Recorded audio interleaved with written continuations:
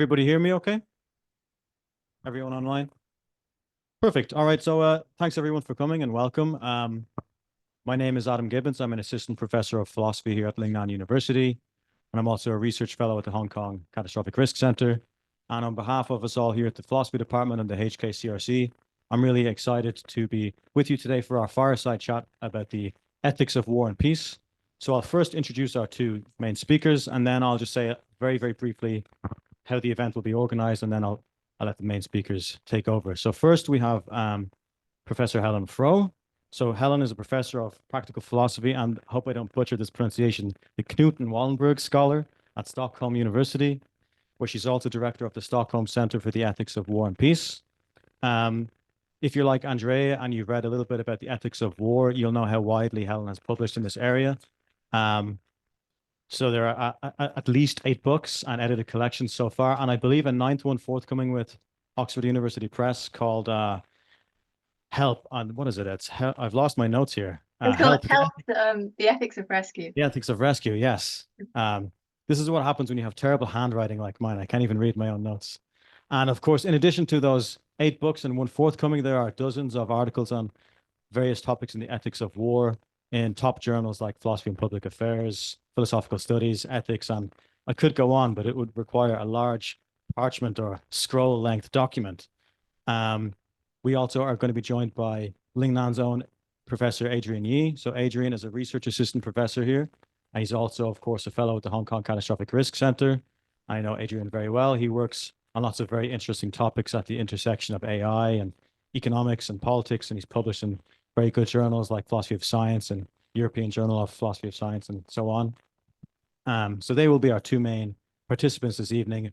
As the moderator and arbiter of today's evening, I arrogate to myself the right to interject with all sorts of ham-fisted questions if the need arises, but hopefully it will just be our 2 experts on the ethics of war talking. Before we begin, just let me clarify the structure very briefly. So Helen's going to give us some remarks about the ethics of war for about 20-ish minutes or so. And then after that, Adrian and Helen will engage in some more open-ended conversation about these topics. And then hopefully we'll be finished around 6:30 or so. So with that out of the way, let me just give it over to Helen. So please join me in giving her a warm welcome.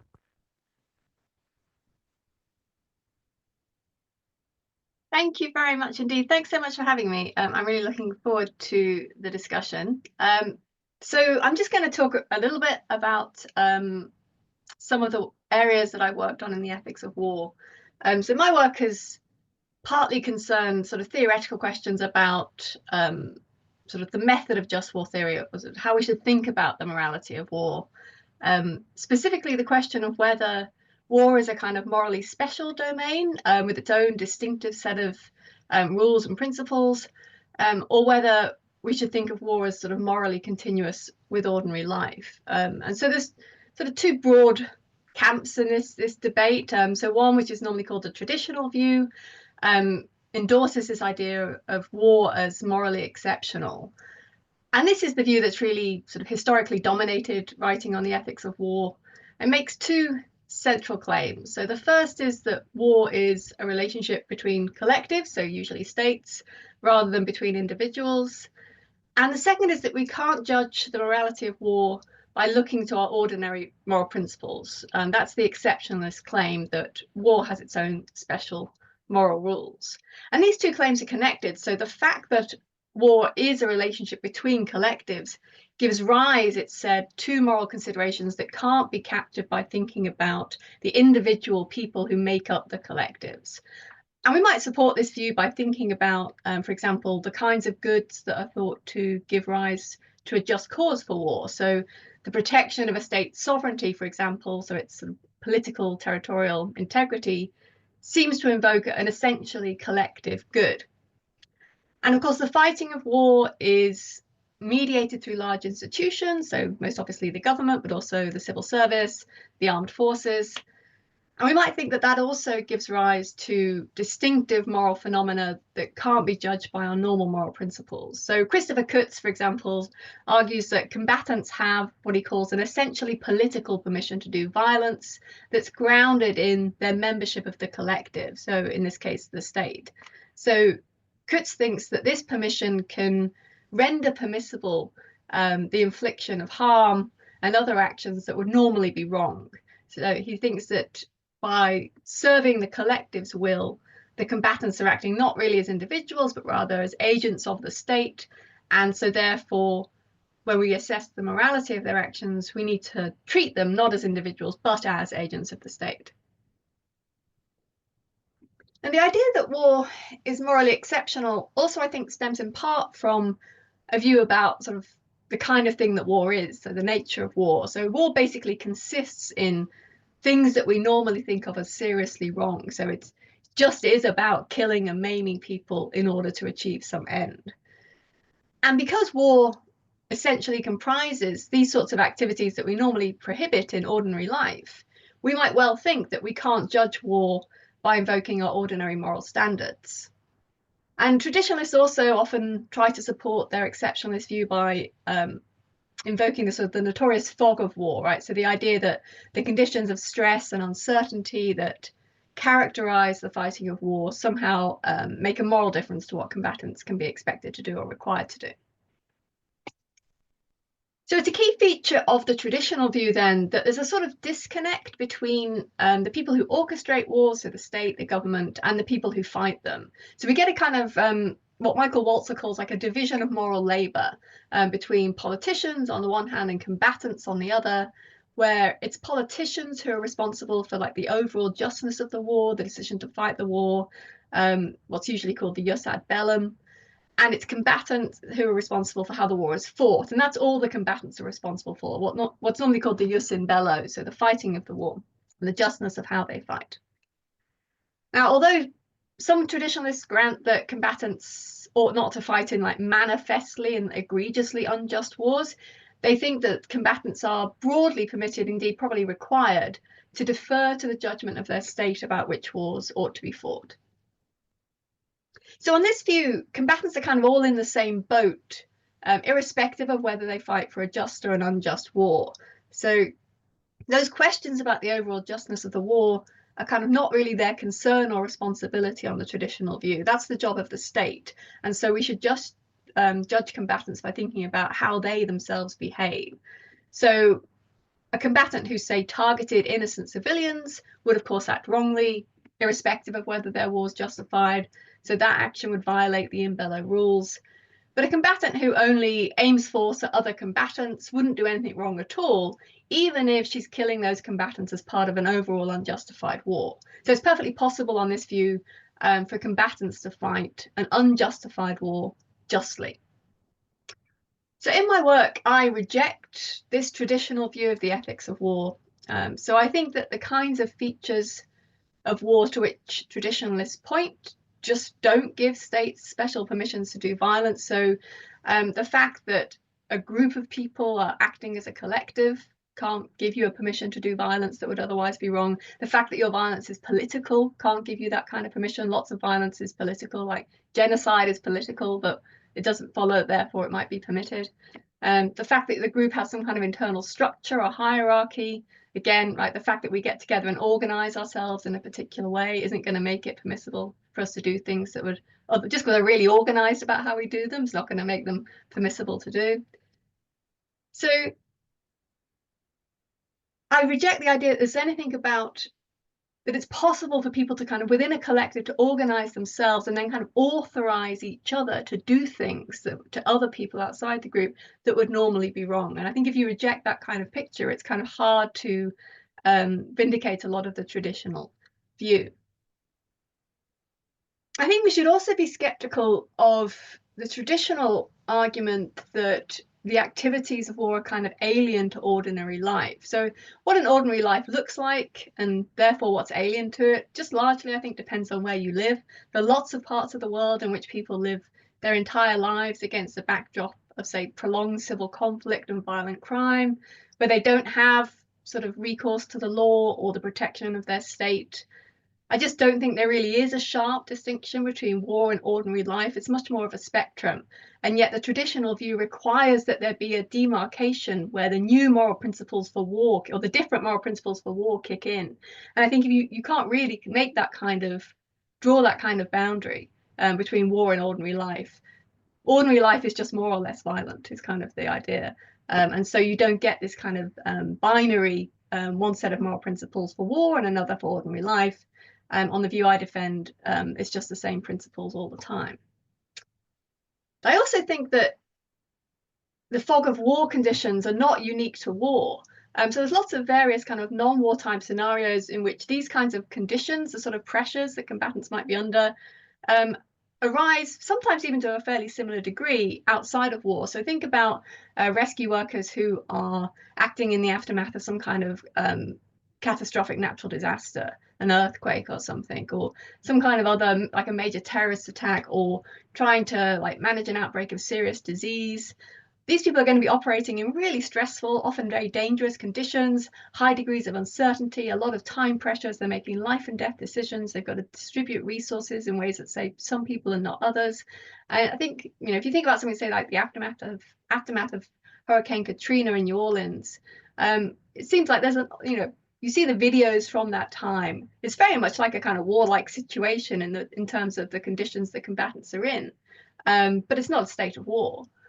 So I think it's false that these kinds of fog of war conditions only arise in war, and it's also false that they apply to all wartime actions, right? So it's true of some people, that some combatants that they're acting under conditions, you know, of great stress and uncertainty. So you can kind of conjure up these images of, say, people trudging through the jungle in Vietnam to get that kind of idea of how difficult it is. But lots of military commanders, for example, are not out there in the field in those conditions. They're often really far removed from the battlefield. And that's true for many combatants who serve either partially or wholly from behind the front lines, especially now if you think about, say, drone operators, for example, where they're in a desert in Nevada, very far removed from the battlefield. So we can't make this kind of fog of war argument for all of combatants' actions, and yet it's supposed to be a general claim. So the traditional view is supposed to apply to all wars, and it clearly can't. You clearly can't give that sort of fog of war justification for really substantial parts of at least modern war. So my work defends a kind of revisionary approach to the ethics of war that is normally called reductive individualism. So by reductive, I mean that it holds that morality is just all of a piece. So it rejects the exceptionalism and says that our moral principles just stay the same, irrespective of whether we're waging a war or not. So according to this view, there's just a single set of moral principles that govern our actions across the board. So the facts that make killing permissible are the same, whether you're killing as part of a war, part of some isolated drone strike, whether you're killing in self-defense, whether you're killing as part of a police operation, like whether you're killing on a Wednesday, right? None of these things make any difference to the underlying facts that make killing permissible or impermissible. And it's an individualist view because it holds that it's individuals and not collectives that are really the proper focus of moral evaluation and prescription in war. And I think this approach to the ethics of war, where we evaluate war just by our normal moral principles, gives rise to a much more plausible account of the ethics of war. So, for example, our normal moral principles will tell us that it matters a lot whether someone's pursuing a just or an unjust end, and therefore, and also whether it's permissible to harm in pursuit of an unjust end. So it seems pretty obvious that normally if what I'm trying to accomplish is unjust, then the things that I'm doing to try to achieve it are also going to be unjust. And when we think about the ethics of defensive force just more broadly, it seems really plausible that whilst those people who wrongly pose unjustified threats of harm will forfeit their rights against defensive force, the same isn't going to be true of people who are acting in justified self-defense or other defense. So imagine a case in which Anna, who is really angry that Betty has been promoted, just attacks Betty in the street. It seems pretty obvious that Anna violates Betty's right in this case, and therefore she forfeits her own right not to be subjected to necessary and proportionate defensive force. She's what just war theorists call liable to defensive harm. And this is why Betty doesn't violate Anna's rights when she hits Anna in self-defense.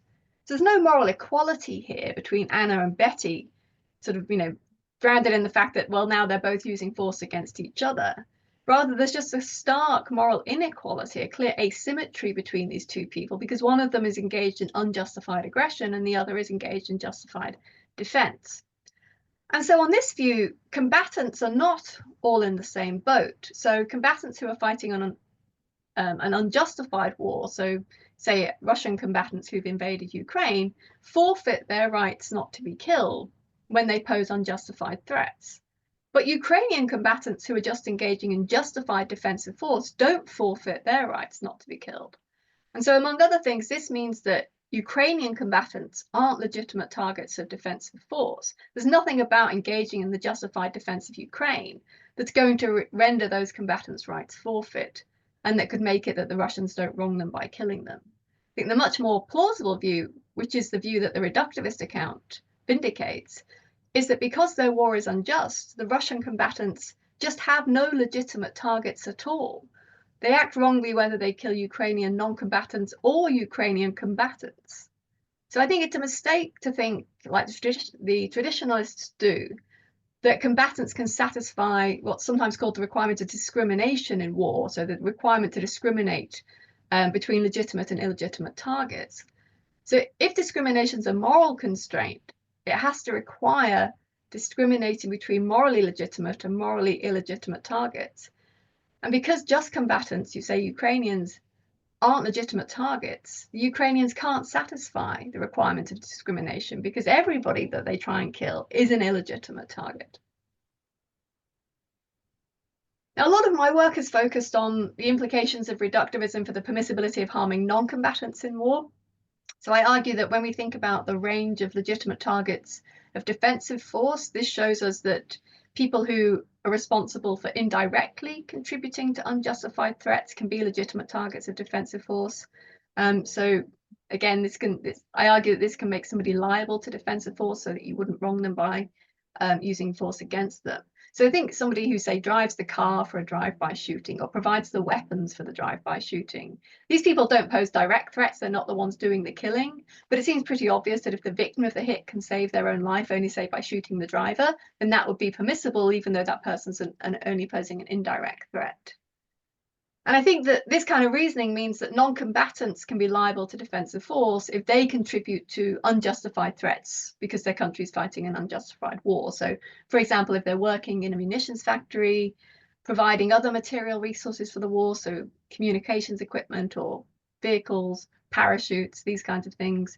Also, if they're providing intelligence, so I think this is something that's really neglected in the ethics of war, but providing information is a really important contribution to war, and it's often done by civilians. So I think informants can be legitimate targets of defensive force, for example.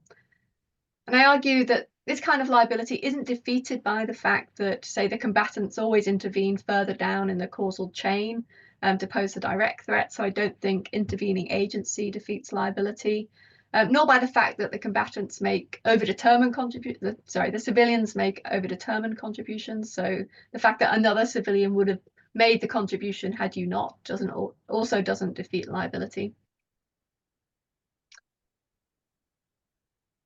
So that's kind of some of the stuff I've done on sort of untraditional issues in the ethics of war. I'm also interested in the protection of heritage in war. So, for example, what we might be permitted to do to stop groups like ISIS from blowing stuff up, and how armed forces ought to include damage to heritage sites in their proportionality calculations. So my most recent book, which I wrote with Derek Matravers, argues that protecting heritage often conflicts with protecting people, particularly in war. And so we need to think about how we make those kinds of trade-offs between the value of something like heritage and then the very different kind of value like not killing people or saving people's lives. And we argue that we normally have just fairly low duties to incur only fairly low risks for the sake of protecting heritage. And so we think that unless combatants have explicitly consented to take on sort of what would normally be supererogatory risks for the sake of protecting heritage, it's not permissible to order them to incur those extra risks for the sake of heritage. So we defend a pretty restrictive view about how much weight you can give to heritage when you're thinking about what orders you ought to give combatants. And I've also started a new project on deterrence recently. So I think it's really striking that although deterrence is often invoked in public and political debates, as a just cause for force. So if you think about the recent strikes in Yemen on Houthi rebels, for example, so these strikes were intended to deter attacks on commercial vessels in the Red Sea, but also to deter the expansion of the war in Gaza. So this is a really popular kind of justification in public discourse about what might justify the use of force, but there's hardly anything being written on deterrence in the literature on the ethics of war in the last 20 years, even though there's been this huge explosion of literature on the ethics of war in general. There's hardly anything about deterrence. So I'm hoping to develop quite a broad account of the ethics of deterrence, and then think about what that tells us about these things, like whether deterrence can be a just cause for the use of force, the use of other deterrent means like sanctions, and also of employing various deterrent mechanisms like collective defense agreements, and when it's permissible to form and act on those kinds of agreements. So happy to answer any questions about those things or anything else that I've covered or other things in the ethics of war that people are interested in. Thank you.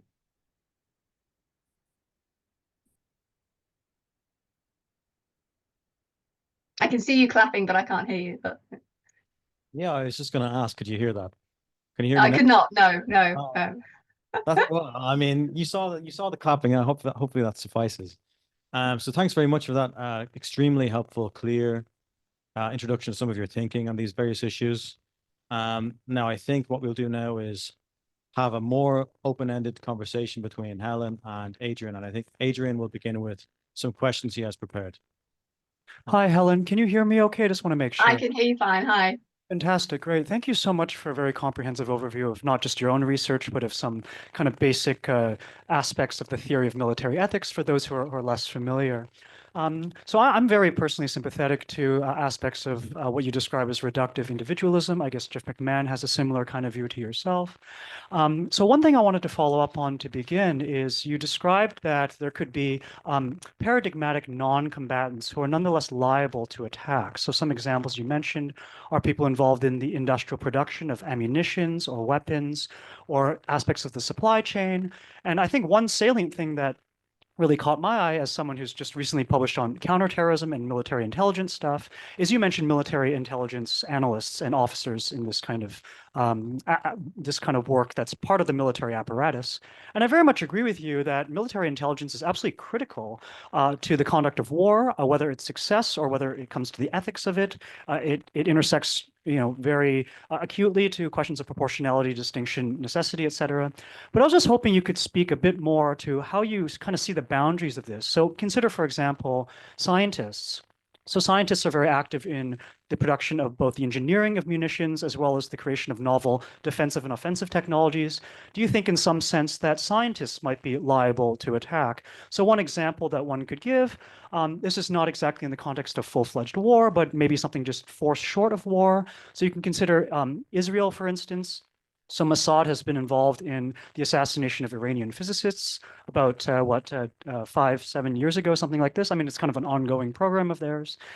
So could you speak to something kind of like this? I mean, you don't have to speak to specifically the science case, but just what are the limits exactly of the kinds of permissible targets in your view?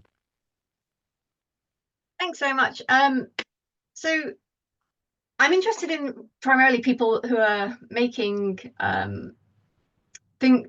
contributions sort of to the military, right? So my view isn't that the sort of anybody whose scientific research is kind of co-opted by somebody else then for unjustified ends would be a legitimate target. But if you think about, say, the scientists who developed nerve gas in World War I, for example, where it's clearly, so it's people developing things which are clearly meant to be, say, chemical or biological weapons, and they're doing this in order to enable to help their state to fight their unjust war.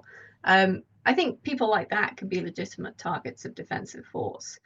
So to speak to your specific question about killing, say, nuclear scientists, I mean, that kind of, for me, would turn on the question of whether those scientists are acting unjustifiably in making the contributions that they're making, right? Because if what you're doing is making a contribution to like some unjustified, genuine nuclear threat, right, that's pretty catastrophic, then that's the kind of thing that could make you liable to lethal defense. course, it's a separate question whether that's what they were doing, right? So, of course, Iran is going to argue that this is not what the nuclear program is for, and it's also legitimate to have, there are legitimate ends that one can pursue with nuclear technology and so on. But say we knew that they were developing nuclear weapons, right? And that's what the scientists were doing, then I think that it could be permissible to target someone like that in self-defense. Of course, you'd have to meet the other conditions of self-defense. So you'd have to show that this was necessary, that there was no other way, that it would be effective. So one of the problems with something like this would be, will it make any difference, right? So will this, in fact, prevent a country from developing a nuclear weapons program? Or do you really need to pursue other, more long-term solutions? In which case killing the people wouldn't contribute to averting the threat and so on. So so I guess the short answer is it's kind of complicated, right? It depends on the specifics of the particular case, but the sort of the broad theoretical point that the mere fact that you're not a combatant is not going to show you couldn't be a legitimate target, right? What matters is what you're doing and like what your responsibility for what you're doing and the ends to which you're responsibly contributing. And that's just got nothing to do with whether somebody's a combatant or a civilian. Thanks, Helen. I'm sympathetic to some of the things you say. I want to circle back to something that you mentioned in the context of liability to attack. So you mentioned, for example, the ongoing Ukraine-Russian war. One of the really challenging things geopolitically and ethically in this conflict right now is many soldiers, both on the Ukrainian and the Russian side, have been conscripted. So it's not fully of their own accord that they're deciding to participate in this war at the level of a combatant.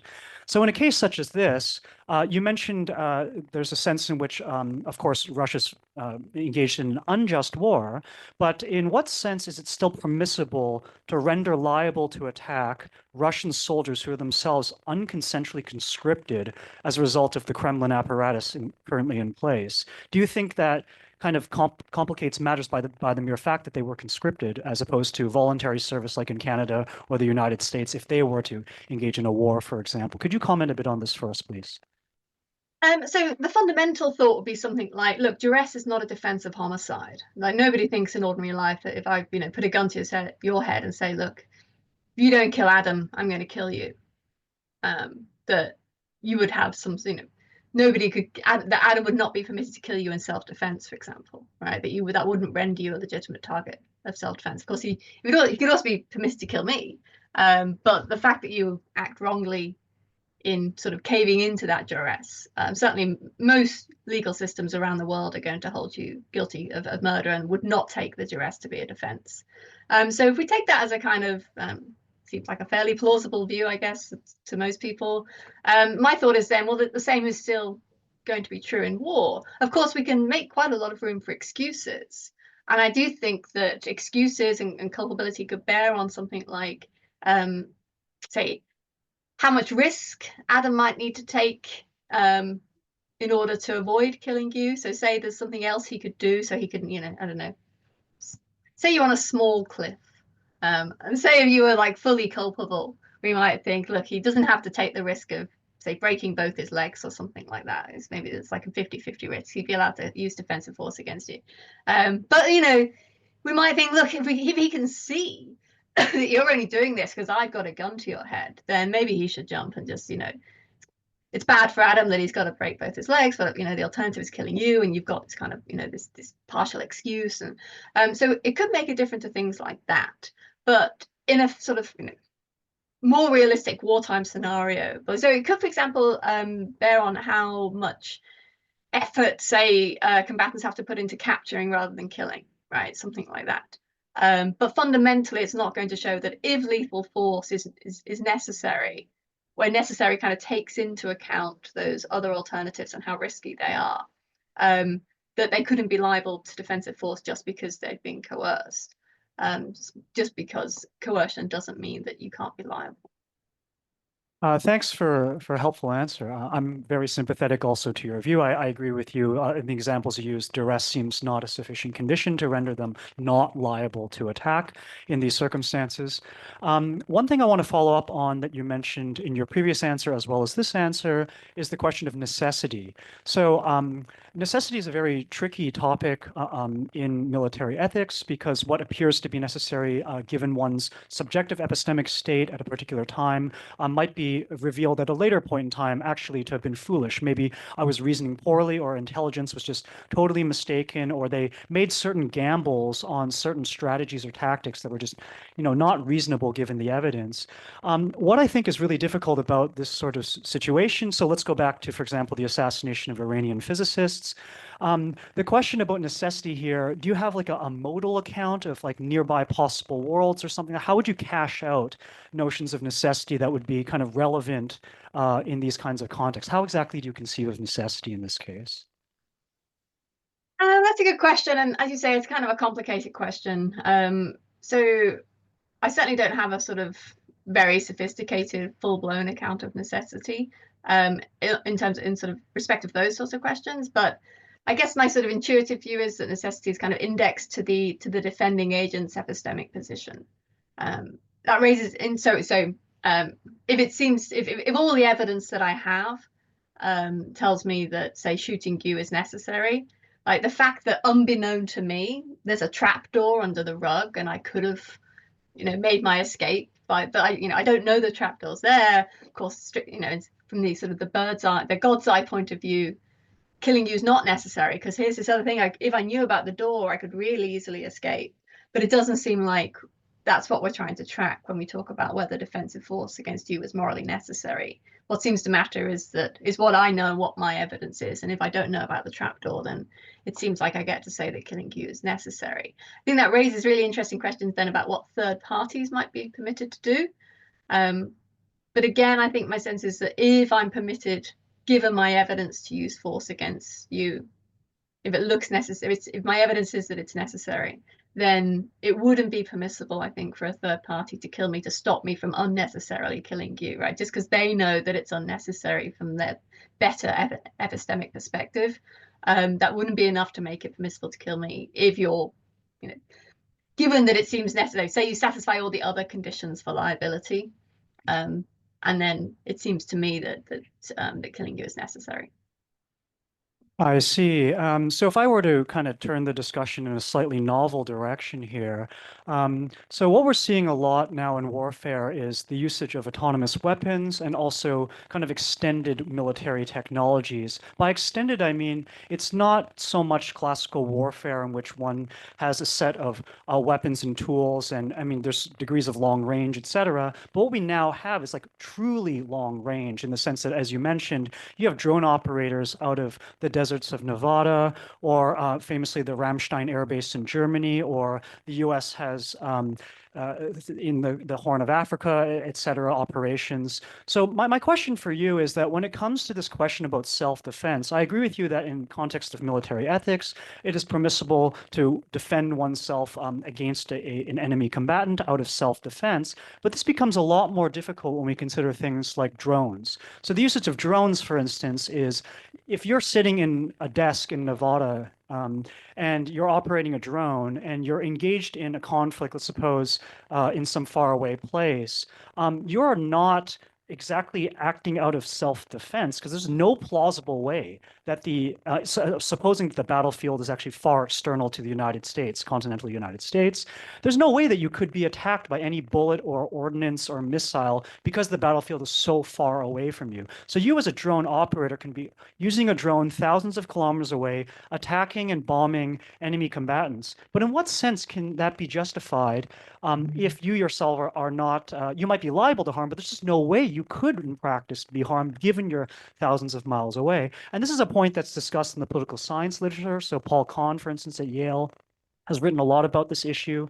Could you speak a bit to how you see this kind of issue? Is it maybe actually it's not any different than old-fashioned warfare? Like, I mean, if you just shot a cannon from like 40 kilometers out, is that any different than a drone? Or do you think there's potentially a qualitative distinction here at play?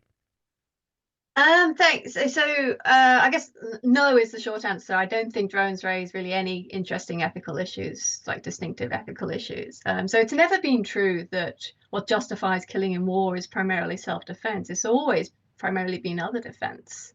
And it just isn't a condition of it being permissible for me to act in other defense that I myself be vulnerable to being killed.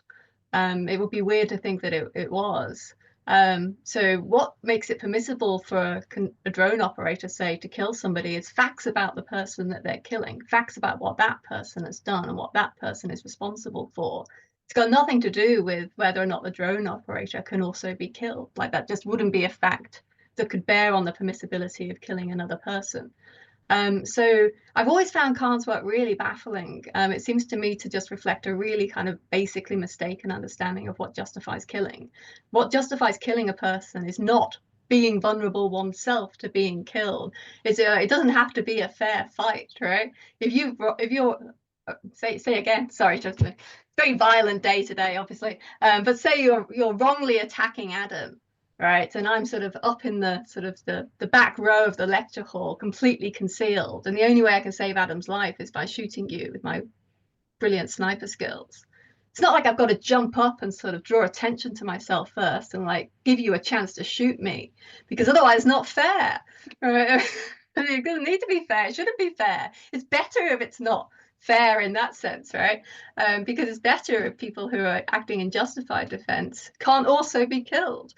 So all that really is going on here is just the basic question is the drone operator permitted to kill this person? And that's got nothing to do with whether they are themselves liable to be killed. What's going to justify the killing is whether they're acting in, say, other defense against people who are threatened by the target, and whether this person is posing unjustified threats to those people and is therefore liable to be killed in order to avert those threats. I see. So let me continue kind of your thought here. This is really interesting. We're talking about other defense now. So not merely self-defense, but regard for others and rendering enemy combatants liable to attack given their threats to other third parties. I wonder how far maybe we should take this reasoning. So bear with me. I don't have clear thoughts on this either. This is such an interesting and difficult topic to reason about. Consider, for example, funding arms to another country or a rebel group as a means of defending some other group. And the thought here would be that if we have a regard for other defense in these kinds of cases, how far can we go with respect to other defense? So would it be permissible for us to invade a sovereign nation state so that we could provide defense on behalf of others? Or, you know, could you say a bit more about some of these trickier cases that could potentially arise from this kind of reasoning? Yeah, so I think one of the upshots of the reductivist view actually is that it generally prohibits interventionist wars of that sort. So, I mean, I've done quite a lot of work on duties to rescue, and I think that we have what sometimes called a duty to minimize harm when saving. So when you've got some resources that you're going to use to try and save people's lives, you should use them in the way that's going to save as many lives as you can or prevent as much harm as you can. Now, and I think that's true for states as well. So I think that states, when they are aiding, are discharging essentially their citizens' duties to aid, and they're using the resources that they get from their citizens and so on, and that they should use those resources in the ways that do the most good. And it's really unlikely that funding conflict or engaging in wars of humanitarian intervention is the most efficient way of saving lives that are available to states. There's just so many other things that states can do, like treating disease or poverty, that would not only avert more harm, but also wouldn't have involved killing anybody along the way, right? So wars are just really inefficient ways of preventing harm. Also really unreliable, because we know that wars often fail to accomplish the goals that we think they will. They often escalate, they're unpredictable, they're really morally risky. So you might think that, you know, you've got a pretty good idea of how this is going to go, and then suddenly it's 20 years later and you're still there. So I generally think that reductivism doesn't support acting in other defense of people who are not members of your state. So I think it's permissible within a state for citizens to coordinate amongst themselves and use their resources to act in self-defense, because I think it's suboptimal defense. Using our own resources to defend ourselves is permissible, even if it doesn't prevent the most harm overall. But I think when what you're trying to do is think about how should I use the resources that I need to spend assisting others, then you're not allowed to just go for really inefficient means of defending other people. You should try and save as many lives as you can for the resources that you're going to expend. And so that's going to cover also weapons, for example, even if you're not directly sort of putting boots on the ground, kinds of indirect contributions, so funding rebels, that kind of thing. Also, I mean, there might be some cases in which that's kind of the biggest bang for your buck, and I think it's pretty unlikely. So it's kind of a contingent claim, right? So if that were the most efficient means of preventing harm that you had available to you, then it would be permissible, right? So this isn't like an absolutist claim that it's just never permissible. I just think it's unlikely that it is in most cases. And just even, you know, when you think about the sort of the vast weapons are really expensive, wars are really, really expensive. I mean, just the vast resources that go into even a fairly short conflict, right? It's just sort of eye-watering. And when you think about what could be done with those resources, they were used in other ways, which also, I mean, it's not even an either or, right? Because we all know that things like poverty is a main driver of conflict. And so it's not like you've got to either prevent wars or prevent poverty. Preventing poverty is probably, over the longer term, a much better, more effective way of preventing conflict, because it brings stabilization and tackles sort of more of the root causes of conflicts. And so that in itself is also a benefit of using those resources in other ways. I'm very sympathetic to a lot of what you said. On this last point, Kieran Oberman has this wonderful paper you've probably read on war and poverty in Phil studies. Fantastic paper reasoning in exactly these kinds of ways. I want to expand a bit upon this question of sovereignty and what other defense we might have to people within our own nation state. So what if you have a trickier case, maybe like the following? So maybe help me out with this example. Suppose that I'm a citizen, which I am, of Canada, but suppose that for various reasons, I have family and or friends back home in Russia. Okay, suppose that I'm a Russian Canadian, for instance, and Russia's involved in an unjust war, but I'm also a Canadian citizen, and suppose I send money back to Canada. Suppose I send significant amounts of money back, and that money is itself being indirectly used to funnel and support the Russian war apparatus. So in a sense, they're potentially, I mean, I want to be careful how I set this up, but imagine it's like it's truly significant, non-trivial amounts of funding or support to back home to Russia in a way that, had I not done that counterfactually, I would not therefore be supporting causally a significant contribution to the war effort. Now, the ethical salience of this example, what I'm trying to get at here, is this idea that, okay, we shouldn't be attacking our own countrymen, namely, I as a Canadian shouldn't attack another Canadian. And yet you said earlier that there's a certain sense that if you are participating in the war effort of an unjust war, you're potentially liable to attack. So do you think it's possible that you could have a situation such as this, where a person's actually liable to attack, nonetheless, they're my fellow countrymen, they're part of the same nation state? Can you comment maybe on this possibility? So if I understand the case, so this is the case in which, say, you're sending money to help your family in Russia who are being impoverished by the war, and then as a side effect, it's kind of contributing to the war? Not necessarily impoverished. Imagine it's more nefarious and malicious. Imagine that I'm a Russian Canadian and I have family back home in Russia, and they're directly involved in munitions factory production, something along these lines, of which those weapons are being used on the front lines of Ukraine today, but they're also Canadian. And so the thought here is that I'm just trying to touch on this point about other regard we have to fellow countrymen. So me as a Canadian, and this other Russian Canadian person, this Russian Canadian is Canadian, but they're also contributing to a war effort that is counter to NATO interests. So you said earlier that this kind of person, by virtue of the fact that they're contributing to an unjust war, could be liable to attack. And yet, on the other hand, you're also saying that they're my fellow countrymen, so they're not liable to attack. So, yeah. Okay, so no, that's not the view, right? So okay. I've slightly lost track of who's the Russian and who's the Canadian, who's both here, but no. So there's nothing about one's nationality that would show that one either is liable to attack or can't be liable to attack. So nationality is just irrelevant. What I said was that I think it's permissible for citizens who face a mutual threat to coordinate their resources amongst themselves and then engage in a war of national defense against unjustified aggression, even if that's suboptimal, right? So even if the citizens, you know, took all of their resources and gave them to a poor country, and that poor country used them for terrific economic development, and that averted more harm than the war of national defense would. I don't think you're required to do that, because I think that we're allowed to use our own resources to defend ourselves, even when doing so is suboptimal. So the duty to minimize harm is about when you're required to assist other people. But in a case here where I think you're not required to assist other people because you're allowed to defend yourself, I think citizens there can coordinate. It's not really about being a citizen. It's just about who's pooling the resources. So people who are non-citizens but are living in the country, they're paying the taxes, they're contributing to the support of the armed forces, they're coordinating and so on. Those people who are kind of working together to defend themselves against a mutual threat are permitted to do so, even though doing so is suboptimal, kind of impersonally considered. But there's nothing about that that means that, say, you're being a Canadian means you could not be liable to defensive harm because you're helping Russia to kill people.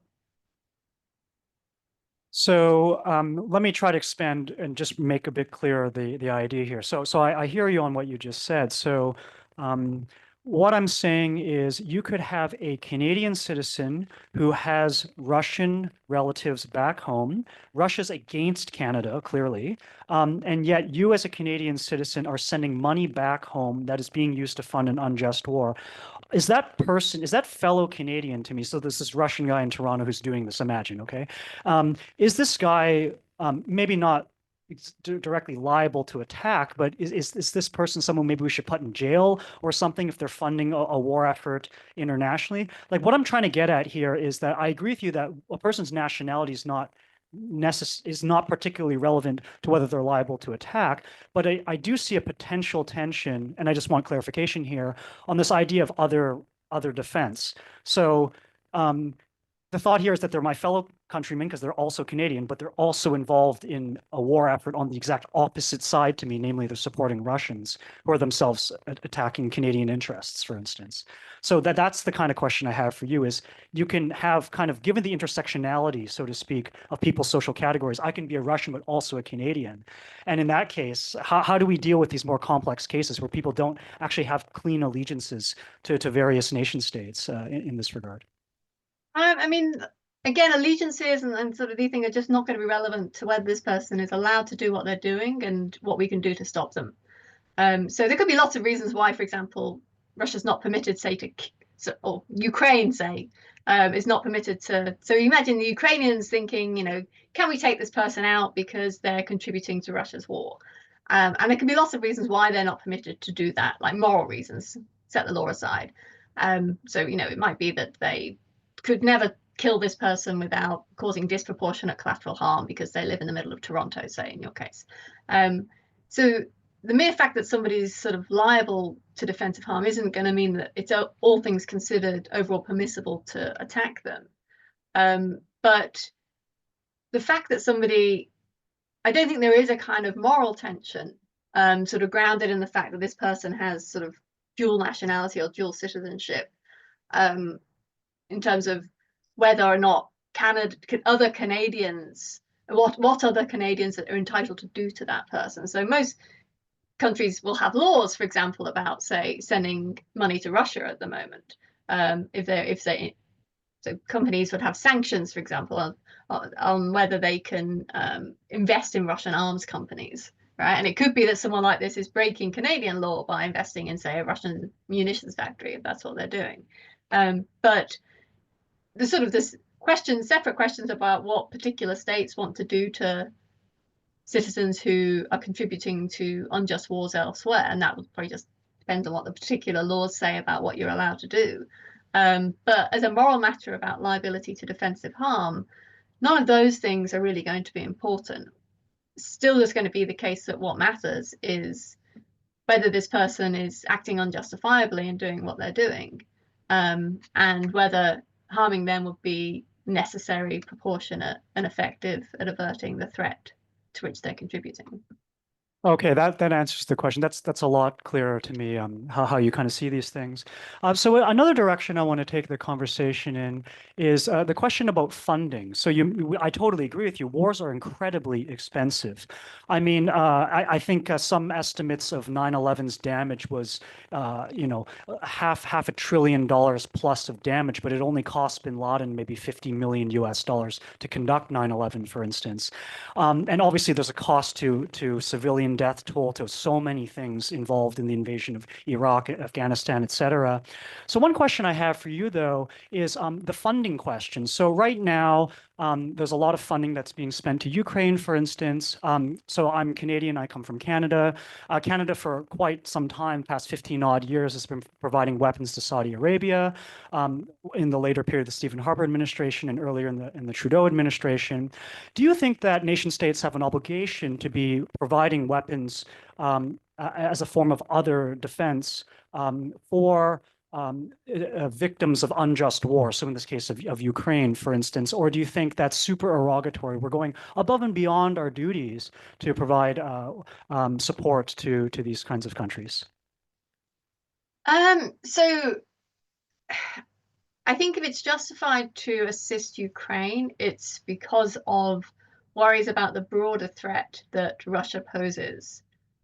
So the mere defense of Ukraine, for the reasons I gave earlier, is not going to be something that justifies acting in other defense. So third-party countries wouldn't be justified in sort of using their resources to help Ukraine act in self-defense if that's what they were doing. But I think what's going on in the Ukrainian defense of Russia and attempts to support that is more about the broader threat that Russia poses, not just to Ukraine, but to other European countries and so on, where we might think that other states actually just have their own interests at stake here, that they're legitimately allowed to defend with force against the kind of threat that Russia poses or will pose if it's successful in its attempts to at least partially annex Ukraine or bring Ukraine under its sphere of influence. And so in those cases, I think it's permissible. It could be permissible for states to do something like that. I tend not to think that states have kind of supererogatory duties. So I think it's either they should sort of. I think it's more likely that if this is indeed necessary for preventing Russia from posing an unjustified threat to sort of the stability of Western Europe, say, then other Western European states have obligations to their own citizens to provide that kind of assistance and therefore that kind of defense of their own countries. So I'm sympathetic to this, but I wonder about some tougher cases. So this might be a tougher case. Consider the Soviet invasion of Afghanistan, roughly late 1979 to about maybe 1988 or so. And consider the fact that under Operation Cyclone, Charlie Wilson, a Texas senator, and US Congress decided to fund the Mujahideen in parts of the Afghan resistance against the Soviet invasion.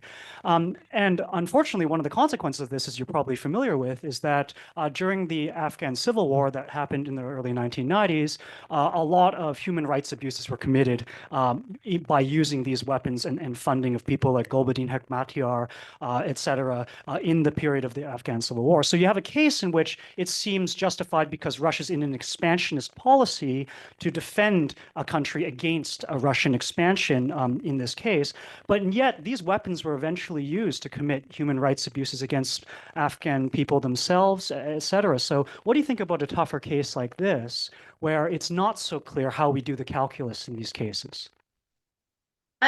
So again, I think what matters is whether you were justified to do the original actions that had this risk that they might have these harmful side effects, right? So we can have kind of lesser evil justifications for doing things that we foresee, that we hope and expect will secure some important good, but either we know as a side effect will cause some harm. So this is like your classic trolley problem, right? I can divert away from the 5, even though I know that I'm going to kill the 1.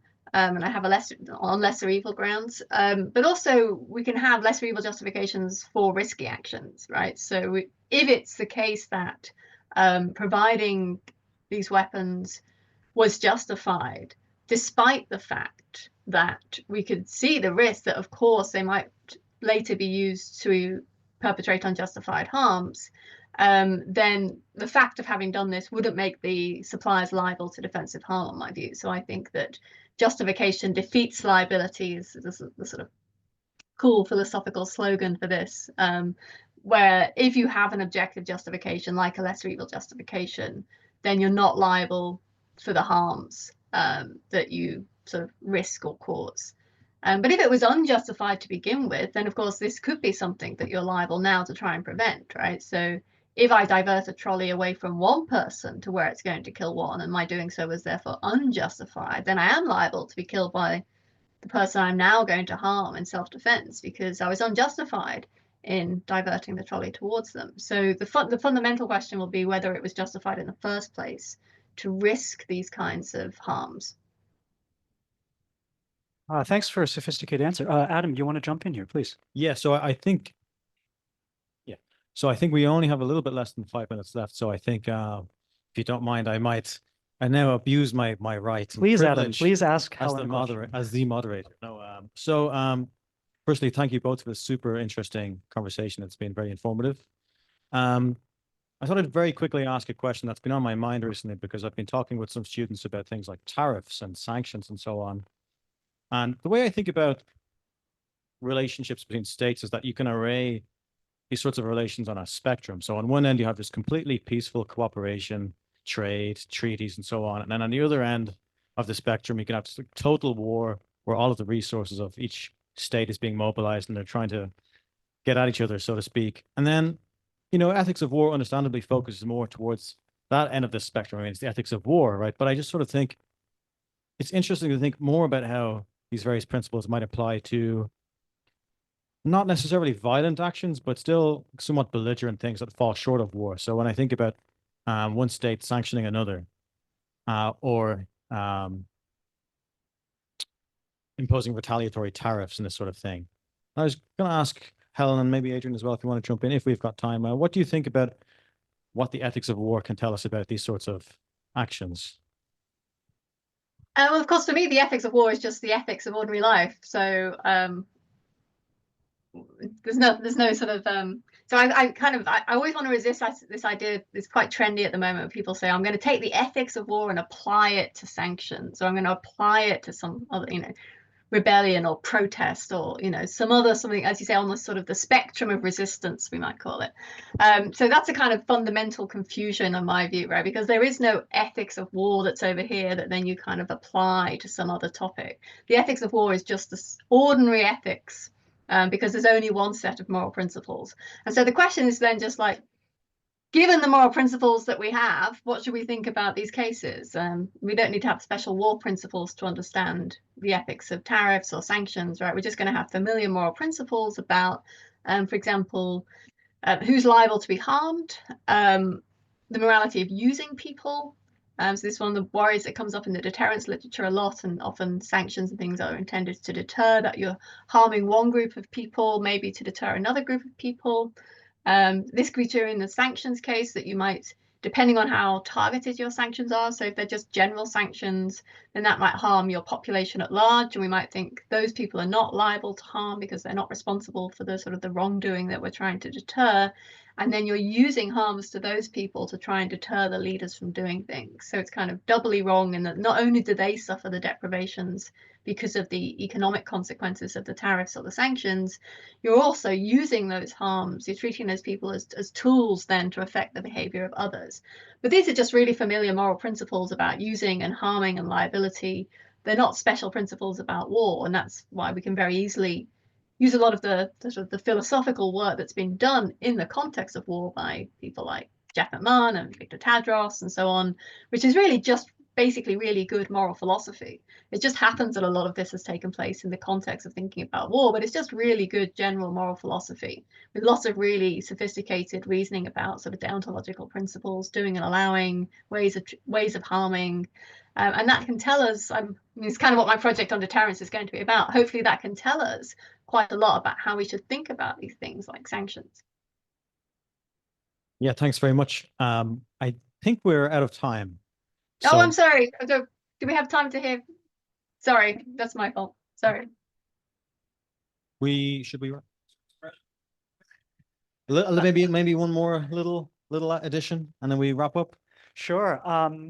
I actually wanted to ask Helen a different question, if that's okay, or should I don't know if we have the time for that one. Okay, well, I guess on the question, I mean, I don't really have strong views on this. I mean, I'll say that I agree with Helen that there kind of just is ethics, and you kind of apply ethical theories to first order verdicts on specific details, military ethics being a subfield of applied ethics.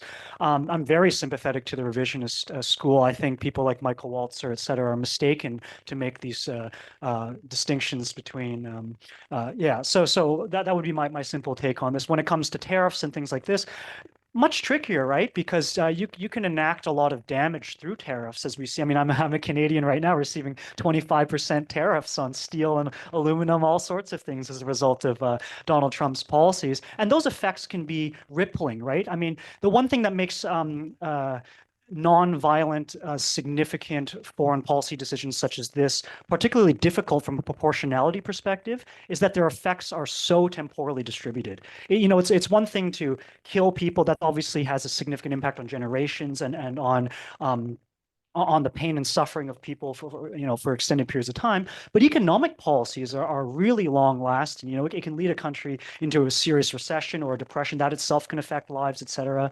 So I think it's really challenging from the perspective of proportionality. What is a proportional tariff, right? What is a proportional anti-immigration policy or even a funding policy on weapons or something kind of like this? So, but that'll be all I'll say on that, Adam.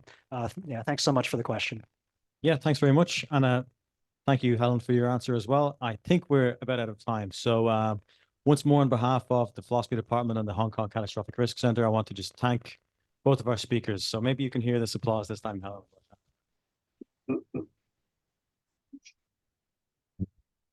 Thanks very much. Thank you so much, Helen. Thank you. Thanks very much for having me.